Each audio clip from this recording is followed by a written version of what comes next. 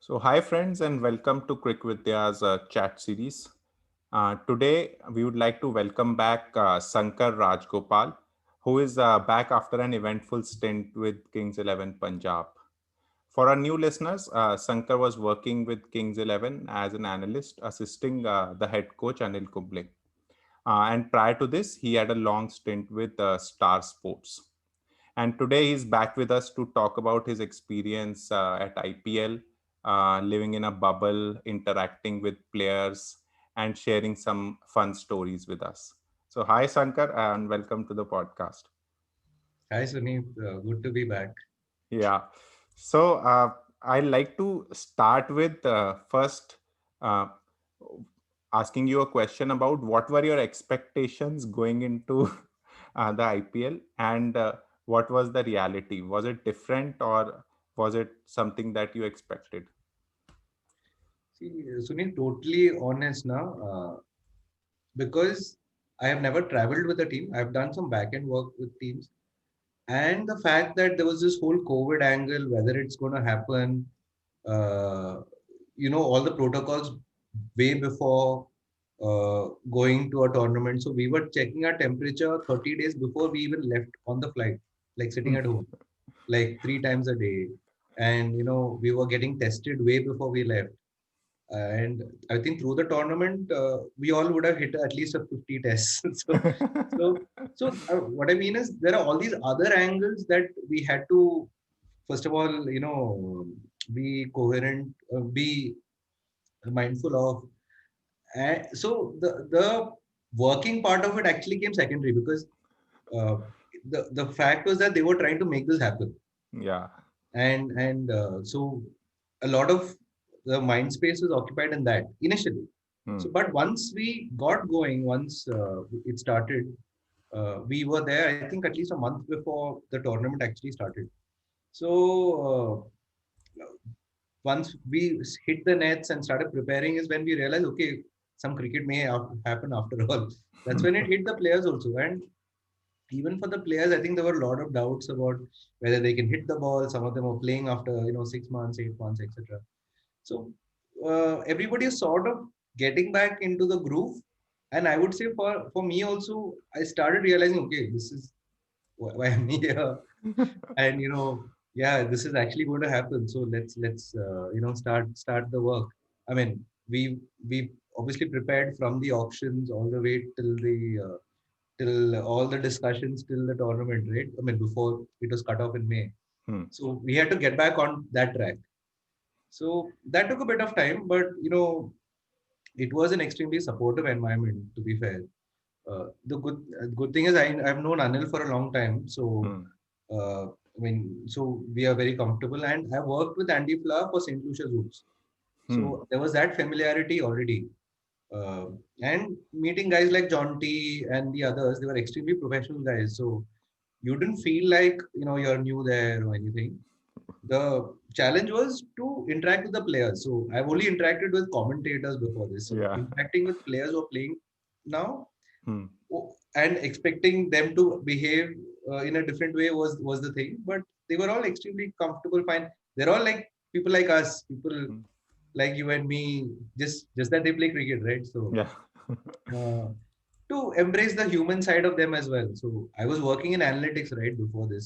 Hmm. So always seen players, in terms of numbers, like, Yeah. this guy plays spin well, this guy doesn't play well in the power play, those kind of things. But Hmm. to actually, see the human side of all that was actually good. I mean, it's like meeting new people, but they just are very good at something, and that's why they're there. Hmm. So that was one thing to realize, that you know each person is very different, and how do you get through to each one is a very different thing. So figuring out, player A versus player B, how you communicate with him is very different from communicate with the other guy. That was that was one challenge which I had to sort of navigate. Another thing would be that I had to run all these sort of these tactical meetings, bowler meetings, batsman meetings, etc. So just to get confidence that you're going to be heard, and these guys are going to listen to you. And even if 10% of it happens, there is some responsibility. So Hmm. uh, just getting the whole hang of that whole process took a bit of time. But I would say overall a brilliant experience.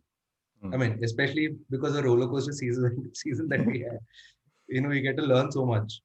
But yeah, great experience. Great. So, in short, would you like to tell our listeners what a match day and a non-match day look like in a bubble? See, okay, first I'll handle the bubble part. Yeah. So all of us are put up in very nice, fancy hotel and rooms and all. Okay, but at the end of the day, you can't walk through here. You can't go there. Hmm. It's in a way like a. I mean, the hotels are brilliant, and we had access to the pool and all this place. But it's like a glorified jail. You Yeah. can't. There are a lot of. I mean, I don't mean it in a bad way for our team. I think it was true for everyone because there Hmm. were certain restrictions. You can't do certain things. You can't go certain routes. Hmm. We had to all be stuck within a limited parameter, and which was actually fine because the rooms are great and everything was great. But the problem happened after a while for the food because we all had a set menu, Uh, and obviously the chefs also had to be in the bubble, and you can't keep recruiting more and more people. the So same food started coming. not the same food started coming. We had a menu, so we had options, Yeah. but even any menu, even if you go to a hotel, so need every day and eat. Three After a months. point, you'll get tired. Even though the menu has like 5 pages, after Yeah. a point, you need something different. So that those kind of challenges started creeping in a little later, which was you couldn't order from outside. Hmm. You had to eat that only, and we were there for 3 months, right? So that was sort of one of the things. But the good thing about a bubble also is that I think get to know each other very well Hmm. over the period of time, because normally when an IPL happens, we all I mean, I haven't done this, but they generally land up 1 week before the IPL starts, Hmm. and there is limited interaction. For some of the foreign players come a little later also, and those kind of things. But this time everybody came together. They could meet each other. There were these, there were other activities happening, to team bonding activities happening, so those kind of things. So in that way, the bubble, you heard the good and bad of the bubble. Your question was what though? So I was asking what a match day and a non-match day look Right. like for you. Yeah. So non-match day would be that if you generally don't have compulsory practice that day. Normally, you're practicing every evening or afternoon or whenever we are given the time. Non the day before the match, it's optional practice. Some of the players, if they wanted, fine tune certain things, they would go. A match day, and then we would have all the meetings, all the bowler batsman meetings, strategic meetings, all that the day before the match. On match day, it's very relaxed actually, because you wake up, have your breakfast, like everybody is just in a very calm, comfortable zone, and you leave only by about 4 or something UAE time for the stadiums, and that is another great thing about having the grounds very close to the Hmm. to our hotels. Whether Dubai or Sharjah, even Sharjah took 1 hour, so Hmm. Dubai would take what, half an hour or something for the hotel. So we leave quite late. It's an extremely relaxed sort of environment going into the match. After matches is a different story. So, what about your role? What did you expect going into, and was it like similar to that, or there were new responsibilities given, or there were things that you hadn't thought of and they started coming up? Yeah, I think that was kind of expected also, because I was doing this for the first time. Almost everybody in the group have traveled with teams before. Even the medical people and physios, etc. They've all traveled with the team before. So for me, I was ready to sort of. I realized that this, I had to do these tasks, and anything more that came my way, I knew I had to do. So sort of filling in any sort of knowledge gap that there was. Uh, when it came to communication with the players or the coaches, or directly with the players, or with anybody else, even the other people.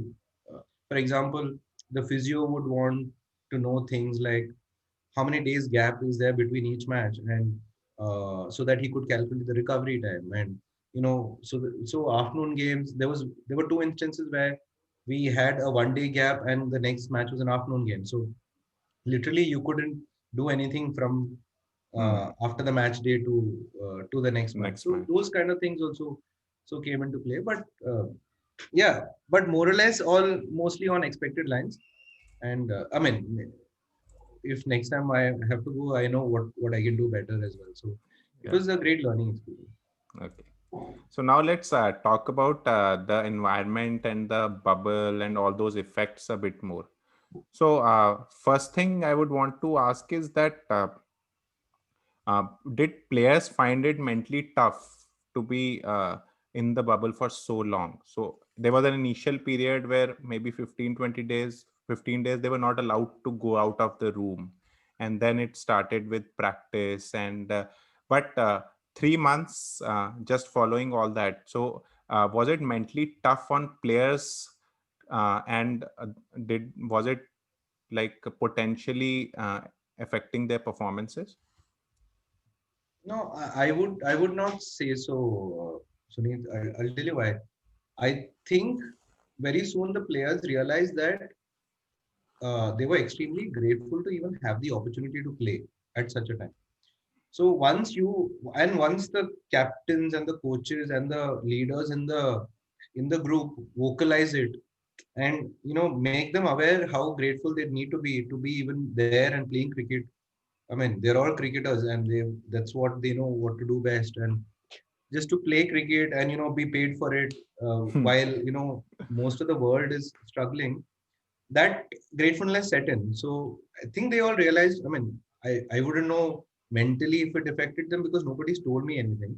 Hmm. But from what I could see, I think they were all very professional, and they all realized what they had to do, and they all contributed in that sense. True. So, any visible effects of empty stadiums on players where like certain players not feeling motivated, that rush that comes from the crowd? Was there any talk about that? No, I don't think so. I think initially I heard a couple of them talking about it, and they were obviously chatting amongst themselves, and they realized that, see, once you're playing and once that bowler's running in, you It doesn't actually matter. try to, even with the crowd, you go into that zone, right? I mean, Mhm. Yeah. as professionals, you need to sort of horse blinds on, and then you play what is in front of you, right? I think it was like that. Initially, they thought it was a bit odd for some of them, but they soon realized that once the competition in front of you is good, you compete. Hmm. I mean, crowds and all just completely go out of the picture. I think it may have an advantage on for young players who may have felt the effect of crowd, so they Pressure and were all. able to sort of uh, they perhaps I can't speak for them, but they perhaps uh, would have found it a little more comfortable transitioning from smaller leagues or junior cricket to senior cricket Hmm. because of the lack of crowds. But I think, I mean, as you saw, the quality of cricket was very good. So Yeah. I mean, with or without crowds, I guess it would have been very similar. True, true. And also, you talked about less travel. So I think that also would have given the players a lot more rest as compared to if they were playing in India. So that was a positive of the bubble, maybe. Absolutely, and this is something that players actually spoke about. That when you're playing in India, you finish a game, you go to sleep. Next morning, generally the flights are quite early. Hmm. You wake up, take that flight, go to another venue, recover. I mean, mentally, physically, everything, because you wouldn't have slept too well also. Yeah. Then go for practice and all that. So here, because it was just three venues and it was all very accessible, uh, they were saying that that recovery was a lot easier, and they could all play fairly good cricket throughout. True, true. That is what something that was mentioned. So also, now I would want to know about the hotel. So were there like fun activities specially planned so that player could relax? So we saw some videos of RCB team playing those quizzes and those kind of things. So were there similar things planned for players just to make them much more comfortable and bond well? Yeah, I think all the teams had a team gaming room. Yeah. So, which I can speak for our team. We had a table tennis tournament and table tennis schedule there. There was a some darts happening. There was a PlayStation in the corner. There were two, three of these sort of uh, those button video games where I mean which a lot of players seem to enjoy. And I think they would I think I'm missing a couple of games as well. So there was enough there to keep everybody occupied. And I know for a fact that this team room, you could never get a game. I mean, It was always full. it is always full. It is Yeah. because you would find at least few of them always there in the team room. So all of these were there. So we also try to organize these little, after a match or the next day or the day after that, we would have some tournament which is nothing to do with cricket. Hmm. True. So the other one of the things I would have skipped is you know pool volleyball, etc. So there were these big tournaments and they were extremely competitive there also. Yes. And yes, and some of them are really good. For example, a table tennis game between Maxwell and Karun Nair Hmm. was like worth watching on TV because they're extremely good at it. Okay. So we thought, we should, do an Insta live and all while they played their match. And they were entertaining guys like Gail. Yeah. who would you just try and see some of the videos from the Kings 11 handle while he's playing a table tennis game. He actually talks down the other guy. I think it was Deepak Huda, I'm not sure.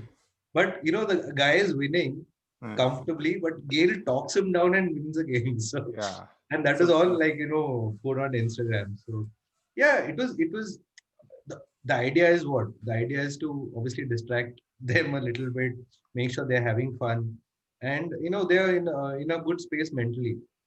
So Anil and the coaches had a plan in mind. hmm. The team room was designed in a specific way. We had activities planned in a specific way. For example, you would have the pool sessions a little later in the tournament, not early. So initially, you would play the other games. So those kind of they accounted for these kind of things while planning all this. True. So if I ask you about players, so who was like the most serious kind of a player, who was like the most mischievous?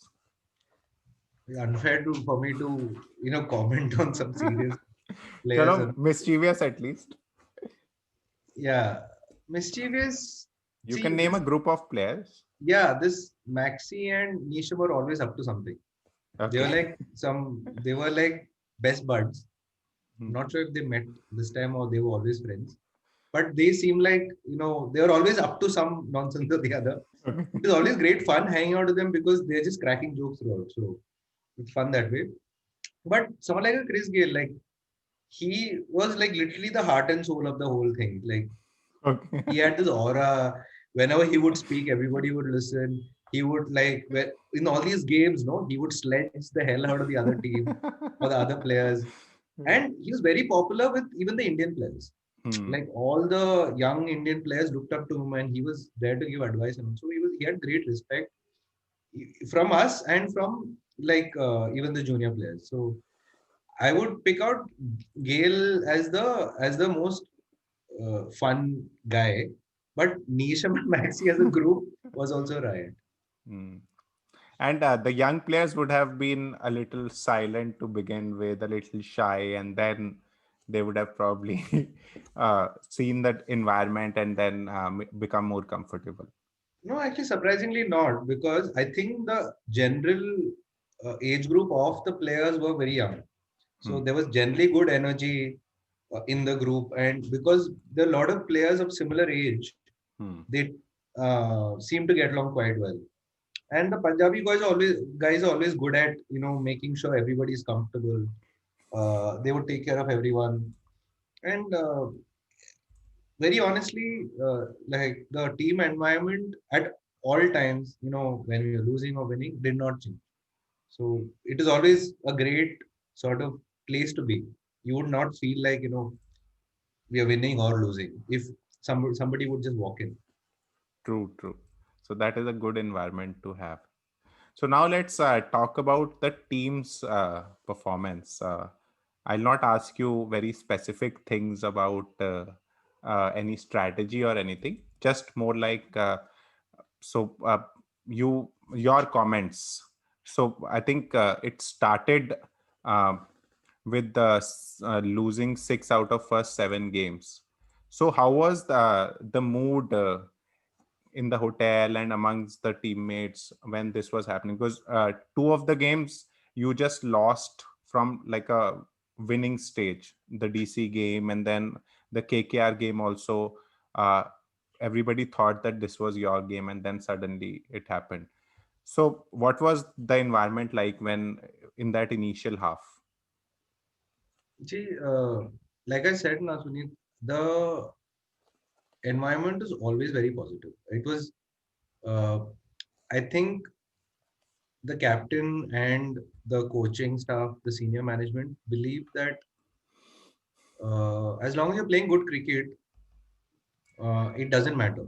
So, and we believed we were playing fairly good cricket. Hmm. And obviously, I mean, when you're a young team, these sometimes you don't end up on the winning side all the time, and it's part of the learning experience for them as well. But at the end of the day, I mean, if you lost, I don't know, by 50 runs for 3 matches or something, we would be worried. So okay, Hmm. there is a genuine deficiency in the way you're playing cricket. But I mean, like you said, Delhi, I think one run from three, Yeah. Rajasthan that over, and even the KKR game, I think we're very confident. So those are learning. Those are great learning for the young team to go forward, and it'll only make them better players. True. And it was always a honestly a very positive environment because they knew they were playing good cricket. Hmm. True, true. So next, I would like to talk about the Gale factor, because he was missing from those 7 games, and then when he came back, you won 5 on a trot. So from he not being in the initial 11, and then he coming back and making such an impact, were you surprised that he still had so much impact in the tournament? No, not at all. He's. I mean, we all know what he can do. So one of the things you asked me about fun activities before, but one of the not so fun activities was being near the nets and when Gale is batting. Because everybody is in danger of getting hit, especially when those open net sessions used to happen. Hmm. We all knew. I mean, of course, we all knew what he can do. It was, and I don't know if people realize that he can only play four foreign players at any Yeah. point. A lot of people ask. I mean, a lot of people ask me this, and I keep telling them that they're like, oh, there are only four foreign players in a team. Not sure if people understood that. No, no, not everybody obviously understood that, but uh, absolutely not surprised by his impact, and he's still as good as anybody. I feel in the game of T20. Just Like, that we obviously gave him a role that maybe uh, suited the team hmm. uh, more, and he obviously did well in that role. So, what about his role as a mentor? Was he uh, mentoring young players while he was not a part of the 11? So, was a role assigned to him during that period? Yeah, absolutely. A role was assigned, and I think he naturally is a guy who mentors people. He sort of seen so much of cricket over the years. He's played all formats. I mean, I, the number of tests that he's played, the number of, I mean, just international. cricket days that he's played, he has so much experience to offer. Hmm. And whether we won or lost, Chris always had a word to say after a match or even before the match. He always had one of the last words to say, which is obviously great experience for young players coming through, right? Because he's using all those years of experience to say certain things or do certain things. Uh, Excellent learning example for all the young players, and even for the others. Even for the coaches and all. We admired what he did. Some of the things that he had to say. It was great learning for all of us. But if we ask you now again, would you say that you should have played him from the start of the tournament? No, so again, I see you need to respect the team philosophy at that point. Hmm. You wanted to go with a certain combination, and sometimes it works, sometimes it doesn't. That's just the nature of T20. And just because something happened later and it worked doesn't mean it would have worked from the beginning. True. Uh, so Because other things also went into place. Your bowling was also a little off yeah, like you said, to like start with. So the other the things Delhi fell in. game, for example, 1 out of 3, we had won that, and the next game, I think 50 odd Rajasthan needed from 2 overs. Hmm. We won those 2 games, nobody would have said anything, right? So sometimes these things happen, and that's the nature of T20 cricket. There's no sort of exact this if this had happened, that would have happened, because there are a lot of moving pieces here. Hmm. And if the team believes this is the way they needed to play, they would have gone with that combination. True. So now I'd like to ask you about analytics. So and the captain and a coach. So you think would you say that they were more inclined towards using analytics for strategy, or did you find KL to be more instinctive rather than analytics focused? I think KL had a healthy relationship with analytics in the sense that he wouldn't take any number exactly for granted. A score at a venue, he would go there and see how the pitches play. Hmm. That's the thing about for us that when we watch the game, no, Hmm. let's say watching the game in Sydney or Melbourne or whatever, you know the average score, everything around stats around it, but on that day, how the pitch plays is very different, which only the players who are inside will know, and to an extent, the players, I mean, even the dugout will get to know. So those kind of things, he sort of didn't take the number for granted, but he would take all the information around it for in his when he makes his calls, and stuff like matchups, stuff like the tactical points for the game. He would listen to. So the workflow was, I would be mostly communicating with the coaches and to an extent with KL, but most of my communication was with the coaches, Okay. and then they would pass on that information to the captain and the team. Uh, and for like bowlers meetings and batsman meeting, KL would be there. So he's privy to all the information, and he would. I think for him also it was great learning, and he would use it quite well. Got it. Got it. So now let's move to the future. So we have news on big auction coming in and new teams being introduced into the IPL. So my question to you would be: is it fair on the existing teams that they have spent time on players, on developing players, that you now just need to retain 4 or 5 players and then go into the auction all over again? So doesn't that uh, impact the long-term strategy? I mean, it does, but having said that, see, the rules are same for everyone, so we can't really complain. I mean, if I'm just hypothetically saying, if it is a mini auction and all of this, the big auction won't happen. Personally, I'm still comfortable that we can do enough for the team to win next year. And if it's a big auction, also we'll have a strategy in place. So Obviously. I- I'm just saying, I don't think there is any point thinking of what is fair and unfair, because the rules are the same for everyone, and we just got to adapt and deal with it and move forward. Mm. But I Because think, there are reasons why this is happening. So mm, we have to respect that. mm. But if I look at from a fan's perspective, I would want a continuity in terms of the kind of players that are associated with the team that I am supporting. So in that sense, from a long-term perspective, I would want that I can associate 7, 8, 10 players with my team, and those are continuous. So in that sense, I think that would come once, let's say, whatever the plan of maximum number of teams is fulfilled. Yeah, absolutely. Yeah, once you sort of kind of hit the ceiling of the number of teams, then you would have a much longer continuity of the same players, because it would be difficult to add more teams and then make the season longer. But Hmm. I guess at 10, just neutrally thinking that may be the maximum for a long time. Yeah. So once you hit that 10 teams, then you have that team for a while to have that loyalty and continuity. But with 10 and then groups, I think that format some people might like, might not like. I don't know. I don't know, Sunit. So I don't know what is going to happen. See, even this, no, even the option, and we have to wait till the 24th to know what is going to happen. And True. I mean, you and me together will get to know, but it's not like we have any information at this point.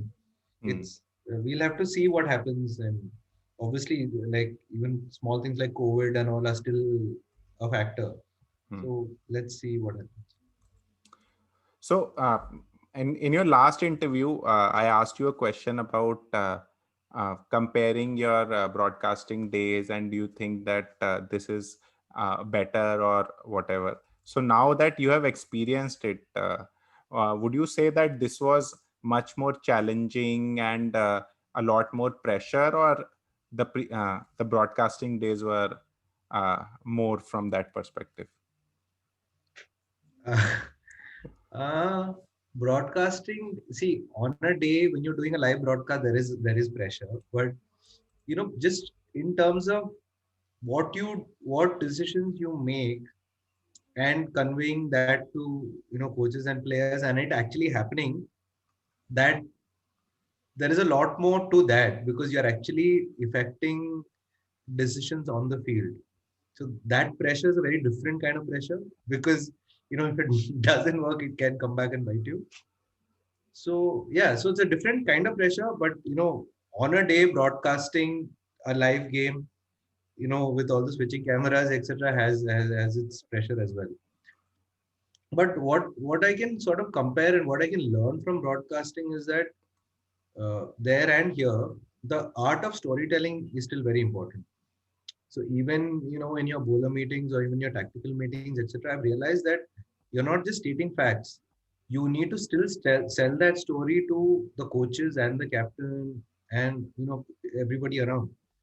That doesn't change. So if I was able to convince somebody about something, it's because broadcast has actually helped me in that regard. Got it.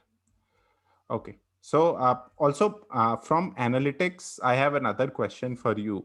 So what we saw a lot of captains doing was that these matchups that a leg spinner wasn't bowling when left-handers were batting. So do you think that has gone a bit far, because you, even in yesterday's match, the second T20, Charles didn't bowl till the ninth over or the 10th over just because two left-handers opened. So, do you think people are taking it a little far in not believing in, let's say, a Charles' capability of bowling to left-handers in a T20 game? Uh, see, all the information is there with both sides.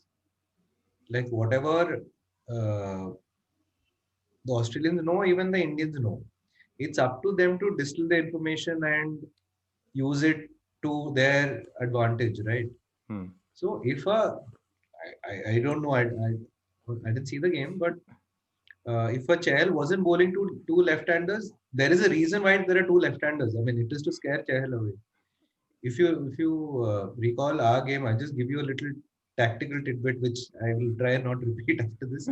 Even in our game, because there was Puran and I mean Puran came last ball, but because of Chris there, Chahal did not bowled only 2 overs against us. Yeah. Yeah, so I mean, it's really up to you, up to the captain to believe that Chahal is a guy who can bowl in that situation, and Chahal to convey that. Yeah, I sort of agree to an extent that sometimes it's taken too literally, but there are times when, especially with finger spinners, I think you need to be cognizant of the sizes of boundary of who's batting and their effectiveness against that bowler type. Hmm. Um, the reason wrist spinners are used more is because of the fact that they can spin the ball both ways, Hmm. which is to counter the fact that you are a left-hander or a right-hander. Hmm. So wrist spinners, I mean, I wouldn't personally wouldn't think too much about bowling a good wrist spinner to a left-hander or right-hander. But with finger spinners, again with the size of the boundaries, etc., I feel you need to be a little more cognizant. And if you look at the numbers and the stats for matchups after this IPL, I was having a look. Like right arm spinners to right handers and I mean off spinners to right handers and left arm spinners to left handers were averaging quite high, Hmm. which basically means one of two Supports the things. One is argument. that it may have rarely happened, and when it happened, they made use of it because sometimes the batsmen need to make use of that matchup, or that it actually is true. I mean, and that could be a skill, the case for skill, right? Uh, a Washington Sundar still manages to bowl to both left and right. So sometimes it's about the length, it's about what you do and how you make use of the size of the ground and those kind of things. So the good thing is, see, the information there for everyone, and it only makes you, as a player, it only makes you improve. Because if I am Chahal, I would think of it and then I would try my best to make sure I'm very good against left-handers if that opportunity arises again. No? So these things are there. I mean, Anil Kumble, our coach, was one of the best bowlers to left hand, right?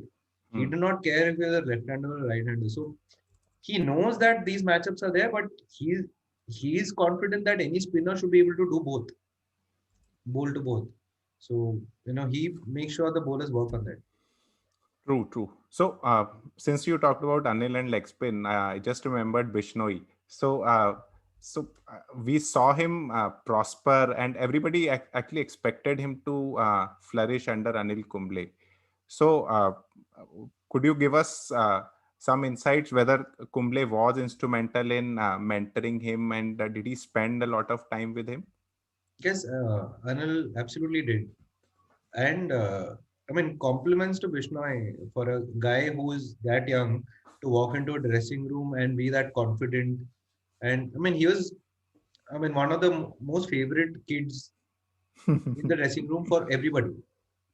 And even in the matches, you could see, the guy obviously had the confidence to execute whatever he wanted. And it doesn't just happen for a young kid. So compliments to him, and Anil really worked on.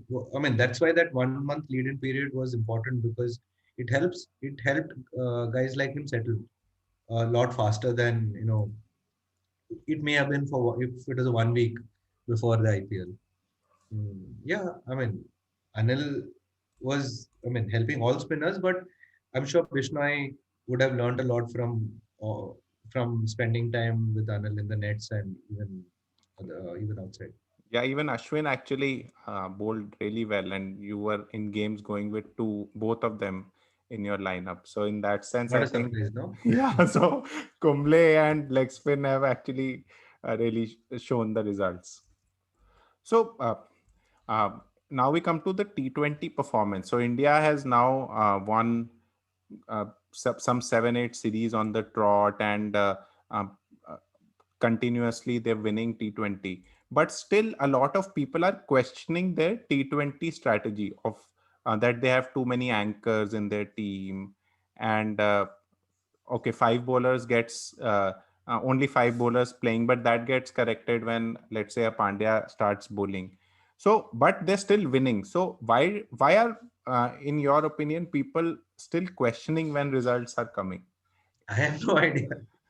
So do you I mean, think? I Uh, can't speak for the people, but I kind of get what they're saying, which is that we have too many similar type of batsmen. But that is why I think someone like Sanju Samson makes a big difference. hmm, So he scored 15 of 10 and he hit a 4 and a 6. And that kind of intent makes a big difference because after that is when Kohli hit that, that AB the type ram 6. shot, yeah. Yeah, which you would have not seen. So you need at least one player. Ideally, you need two or three players like that, but you need at least one player who can freely hit spinners in your team. So Hmm, because of Samson, Kohli sort of continued that, and that intent is what you need hmm, in this five bowler business. See, I am really okay with five bowlers. Only time it can really bite you in the ass is if a bowler gets injured. injured, yeah. Then you're kind of screwed. But it's okay if you have five bowlers if you are the best five bowlers. Like there's a good chance that the six bowler will also get smashed. Hmm, So if India went into six bowlers and they all got smashed, then they can't say seven bowlers, no? true. So final question would be, that the T20 World Cup is now coming. So at present, looking at different teams, who do you think are favorites now for winning the World Cup? Do you think India are, because it's happening in India, India and how they are performing, uh, do they start favorites, or you think India still needs to sort out a few things before the T20 World Cup? Yeah, I think see the fascinating thing about a T20 tournament is that you need to have different bases covered against different teams at different venues. Um, and in India, due is going to be a big factor. So toss is going to be a big factor. So all those things come in. India will definitely be one of the favorites. I'm not sure they have all bases covered. If West Indies sort of sort their shit out and stop playing T10 and they start playing T20, I think I still think they are the best team suited to play T20 in Hmm. in in uh, in Asia in India. Okay. And if they can do that, then I think they would be my favorites. Okay. But for them, long tournaments have historically been a challenge. They need sort of this narrative to hold them together. And I mean, I think Darren Samit did that very well last time out. Hmm. So if Pollard can, get that message going, then they would. I'm hoping that they would be at least in the semis. Hmm. But this due, there is no real answer to this due problem, right? So it's like such an important factor. And it was for many games in IPL also. So do captains actually feel helpless, kind of a thing, when the toss doesn't come in their favor and now their bowlers have to bowl? Yeah, yeah. I mean, it does. See, what? Yeah, even we got quite unlucky with the due. I mean, I think KL won just four tosses out of 14.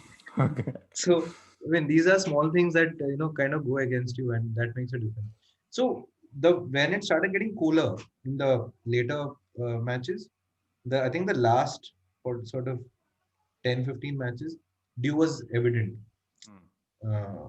So in India also because of our weather, because of hot evenings and slightly cooler nights, dew is generally something that's inevitable, and you see that a lot in IPL as well, right?